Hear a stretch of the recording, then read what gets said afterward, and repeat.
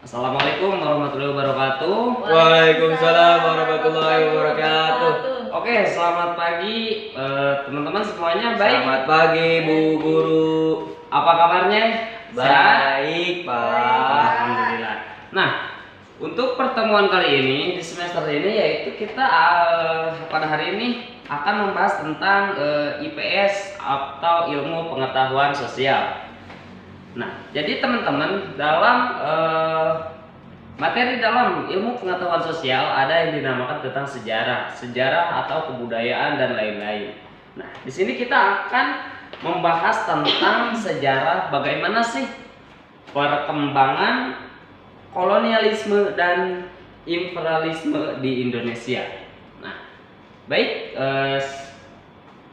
teman-teman silahkan simak pemaparannya, nanti di akhir bakal ada pertanyaan dan siapapun yang bisa menjawab nanti saya berikan nilai tambahan sebanyak 10. Nah, lumayan ya.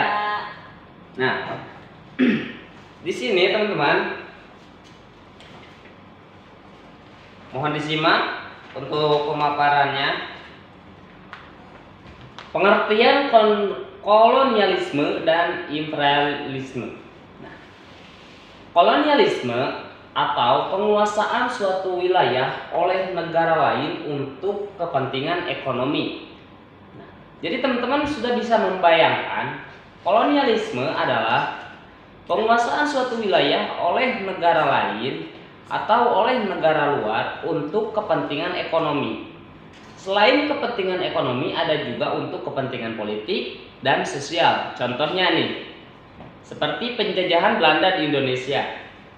Tentu sudah tidak asing lagi bagi kita ya teman-teman. Penjajahan kolonialisme Belanda di Indonesia sangatlah lama sekali. Nah, itu pengertian dari kolonialisme.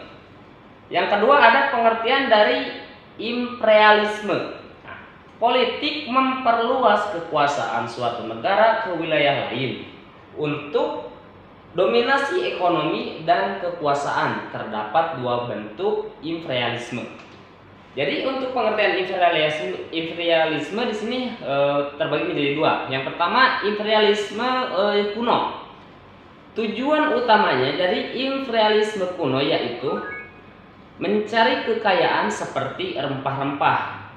Jadi dapat kita simpulkan bahwa Belanda atau koloni Belanda mencari rempah-rempah di Indonesia, yaitu itu bisa dimasukkan ke dalam kategori imperialisme zaman kuno. Lalu ada imperialisme modern. Apa sih tujuannya? Nah, imperialisme modern itu bertujuan memperluas kekuasaan politik dan ekonomi. Bisa kita bayangkan di zaman sekarang, contohnya seperti Cina. Cina membangun pabrik, perusahaan di luar negaranya untuk apa? Yaitu untuk memperluas kekuasaan politik dan ekonomi mereka sendiri. Atau juga Jepang, seperti mereka membangun di Indonesia seperti contohnya pabrikan Toyota, Honda dan lain-lain. Nah, tentu saja imperialisme itu dan kolonialisme ada beberapa faktor yang menyebabkan itu. Di sini dua faktor pendorong kolonialisme dan imperialisme. Mohon didengarkan. Revolusi industri di Eropa meningkat kebutuhan bahan baku dan pasar baru. Nah, kemajuan teknologi navigasi memungkinkan pelayanan jarak jauh. Keinginan menyebarkan agama, kekayaan, dan kejayaan atau sering disebut dengan istilah gospel atau glory. Nah, itu faktor yang menyebabkan atau pendorong kolonialisme dan imperialisme. Lalu selanjutnya yaitu kita akan masuk ke era kedatangan bangsa-bangsa barat ke Indonesia. Yang pertama di sini bangsa Portugis atau sering dikenal sekarang yaitu dengan Portugal. Nah, di sini Portugis tiba di Maluku pada awal abad ke-16. Kira-kira teman-teman bisa menebak, kira-kira Portugis pertama kali datang ke Indonesia untuk apa? Untuk menjajah. Silakan yang lain mungkin. Tidak tahu, Pak.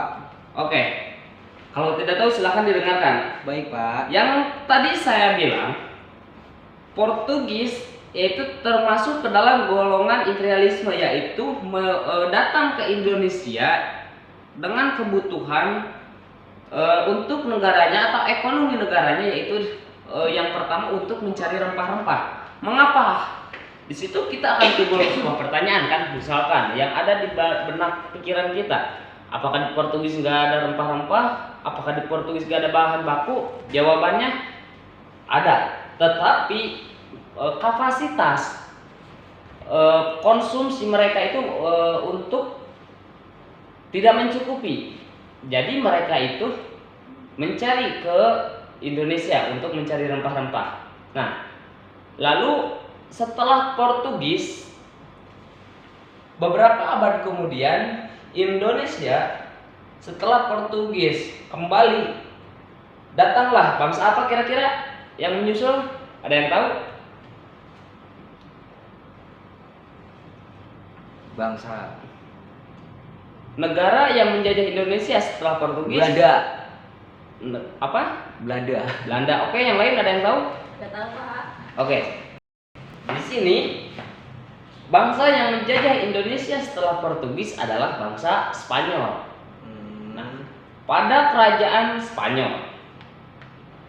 Nah, di sini Spanyol tiba di Maluku bersaing dengan Portugis. Jadi saking kayanya alam di Indonesia, bahkan negara sebesar Portugis, negara sebesar kerajaan Spanyol, mereka memperebutkan Indonesia. Untuk apa? Karena negara kita tuh kaya akan sumber daya alam dan lain-lainnya. Nah, lalu setelah kejayaan Spanyol di Indonesia, lalu dilanjutkan dengan siapa? Belanda. Nah, bangsa Belanda pertama kali datang ke Indonesia, yaitu di mana? Di Banten pada tahun 1596 dan mendirikan POC. Mohon didengarkan, nanti akan ada pertanyaan. Baik, Pak. POC atau French Ostindische Company pada tahun 1602. Jadi Belanda mendirikan POC di Indonesia yaitu pada tahun 1602. Nah, di sini bangsa Inggris menguasai beberapa wilayah di Indonesia. Namun pengaruhnya terbatas karena kalah saing dengan Belanda. Jadi selama bertahun-tahun, selama berabad-abad, Indonesia dijajah oleh kerajaan Inggris dan juga oleh Belanda. Jadi beberapa wilayah di Indonesia ada yang diduduki oleh Inggris, ada juga yang diduduki oleh Belanda. Nah, lalu di sini selanjutnya yaitu kebijakan kolonial Belanda di Indonesia. Sistem tanam paksa. Indonesia dulu diterapkan sistem tanam paksa oleh kolonial Belanda. Mereka mewajibkan petani menanam tanaman ekspor seperti kopi, tebu, dan nilai. Dari dalam sistem tanam paksa ini, teman-teman, Indonesia memaksa para petani yang ada di Indonesia untuk menanam sebanyak-banyaknya rempah-rempah seperti biji-bijian seperti kopi, rempah-rempah, tebu, dan nila. Akan tetapi mereka sama sekali tidak membayarkan, atau apa yang mereka kerjakan tidak sebanding. Itulah yang disebutkan kerja tanam paksa pada waktu eranya kolonial Belanda di Indonesia. Nah, ada juga sistem ekonomi liberal. Pemberian kesempatan kepada swasta asing untuk mengelola perkebunan di Indonesia. Nah, jadi dengan suburnya tanah di Indonesia, mereka itu berbondong-bondong berebutan untuk mengelola tanah di Indonesia. Jadi intinya mereka itu ingin berkebun atau bercocok tanam di Indonesia. Nah, terus ada juga politik etis. kebijakan setelah kritik terhadap eksploitasi kolonial fokus pada pendidikan, irigasi, dan migrasi. Lalu yang selanjutnya ada dampak kolonialisme dan imperialisme. Tentu saja ada dampaknya. Apa sih dampak dari kolonialisme dan imperialisme? Yang pertama, ekonomi. Eksploitasi sumber daya alam dan tenaga kerja Indonesia. Tentu saja itu sangat berpengaruh. Lalu ada sosial. Apa sih yang dimaksud sosial? Yaitu timbul kesenjangan sosial dan perubahan budaya. Tentu saja dengan adanya kolonialisme dan imperialisme sangat berpengaruh dan berdampak terhadap pada budaya, kebiasaan, adat yang sudah ada di Indonesia. Tentu saja mereka membawa adat Belanda, adat Spanyol ke Indonesia. Makanya kita bisa perhatikan dalam bahasa Sunda. Bahasa Sunda adalah bahasa yang sangat sulit untuk dipahami. Mengapa? Karena bahasa Sunda dulu, sejarah bahasa Sunda dulu dibuatkan oleh Belanda. Itu berbeda-beda seperti begini. Mereka harus mereka itu harus memanggil kepada kolonial Belanda itu dengan sebutan-sebutan yang halus. Makanya terjadilah di situ dalam bahasa Sunda ada beberapa bahasa satu tujuan tapi bahasanya berbeda. Seperti gini. Bahasa untuk yang tua, makan. Kalau di bahasa Indonesia makan tetap makan satu, mau untuk anak-anak, dewasa ataupun orang tua. Tapi dalam bahasa Sunda makan. Kalau untuk orang tua kita menawarkan makan misalkan, bahasanya sudah lain, tuang. Nah, sedangkan untuk sesama teman sebaya biasanya menggunakan kata dahar, itu lebih kasar. Untuk hewan biasanya nyatu. Nah, itu terjadi karena dampak kolonialisme dan dampak imperialisme atau bawaan budaya atau juga pengaruh dari kolonialisme Belanda sehingga merubah adat yang sudah ada di Indonesia. Nah, lalu selanjutnya politik. Munculnya perlawanan rakyat terhadap penjajahan. Tentu saja selama kita dijajah, selama kita disuruh dulu kita disuruh kerja paksa dan lain-lain, tidak sedikit bangsa Indonesia sedikit melawan kepada para penjajah atau kolonial Belanda. Pada waktu itu sebelum merdeka, mereka berjuang jauh-jauh. Mereka bersatu untuk merebut hak mereka sendiri karena hal lain-lain seperti mereka istilahnya sudah frustasi, sudah capek dijajah oleh Belanda. Nah, di sini perlawanan rakyat Indonesia terhadap penjajahan, perlawanan di berbagai daerah seperti perang di Ponorogo. Nah, tentu teman-teman sudah tidak asing lagi ketika mendengar perang di Diponegoro, perang Padri dan perang di Aceh.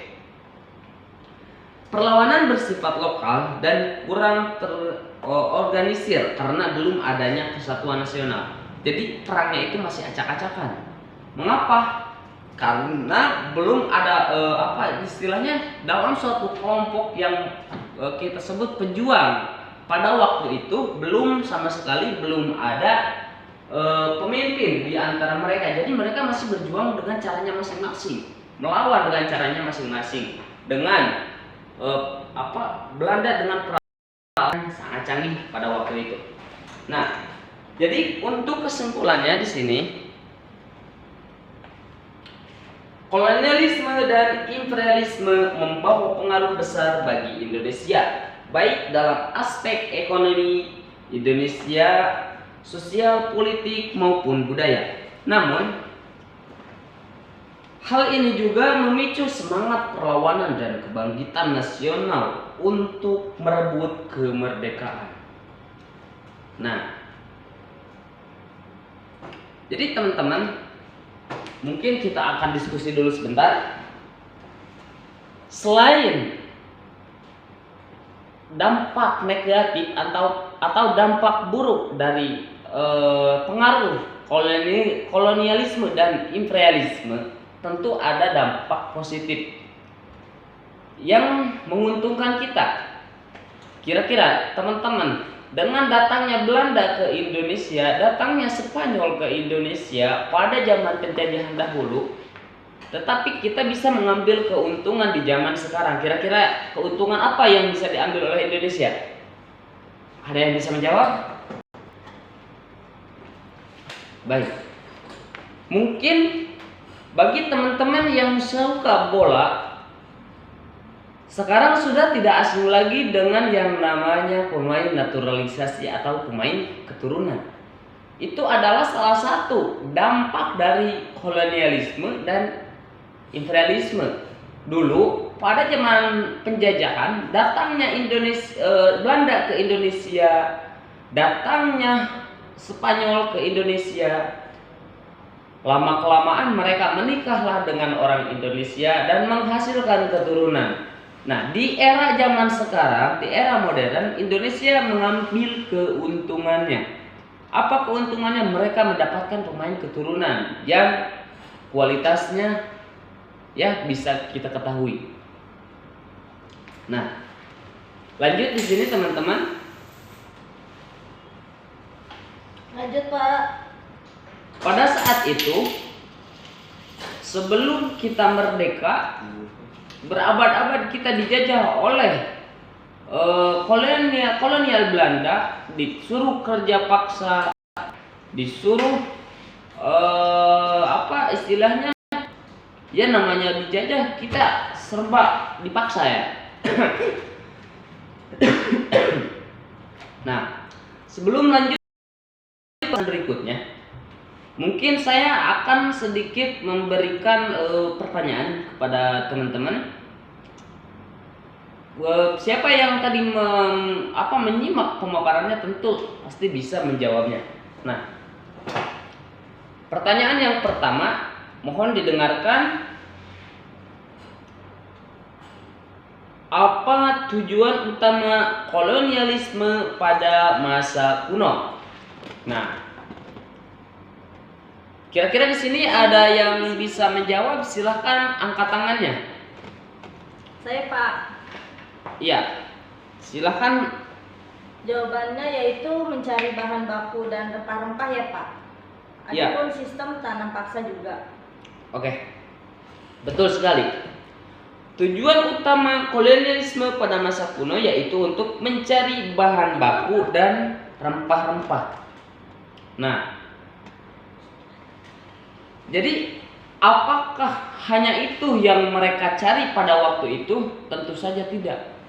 Tetapi itulah yang ada dan tertulis dalam sejarah. Tentu saja mereka mencari keuntungan yang lain, seperti sampai mereka nikah di sini, mereka mengambil ternak orang, mereka mengambil hak milik warga dengan iming-iming bayaran yang lebih besar. Bahkan di filmnya pun kita sering lihat bahwa Belanda itu menyewa preman-preman atau orang sakti di Indonesia untuk bekerja sama mereka. Pas waktu kita sering disebut company pada waktu itu. Kita sering lihat filmnya di beberapa judul seperti si buta lah apalah. Nah, di situ kita bisa membayangkan bahwa kita itu sebenarnya Belanda itu tidak mampu ketika melawan bangsa kita dengan kesaktian para leluhur kita pada waktu itu. Tetapi mereka menjanjikan bayaran yang sangat tinggi. Mereka menjanjikan beberapa janji kepada barang siapa. Jadi istilahnya begini, mereka mau bergabung dengan Belanda. Nah, mereka menjanjikan istilahnya berupa kepingan emas dan lain-lain. Sehingga banyak sekali beberapa orang sakti yang membelot dan bergabung dengan company pada waktu itu. Nah, lalu di sini sesudah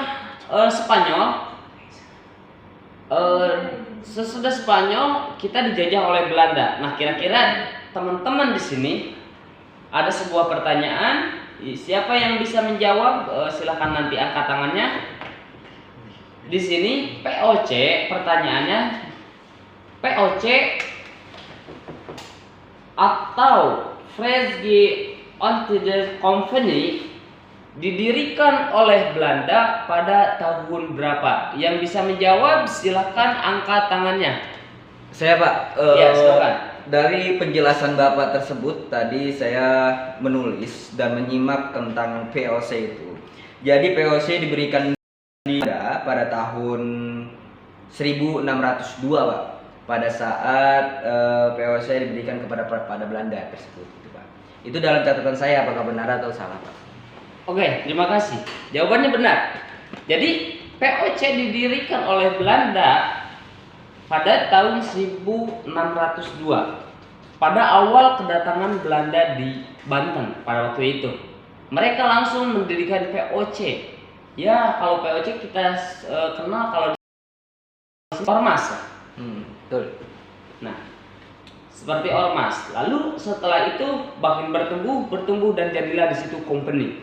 Nah, itulah Belanda. Nah,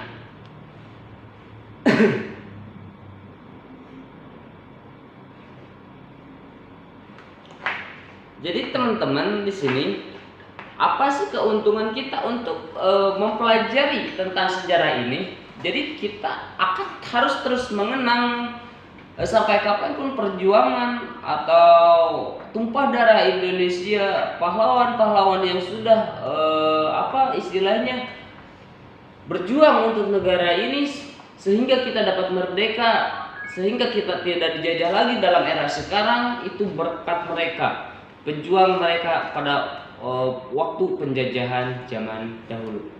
Mungkin dari teman-teman untuk pemaparan ada yang mau ditanyakan? Cukup jelas Pak dan cukup dipahami Pak.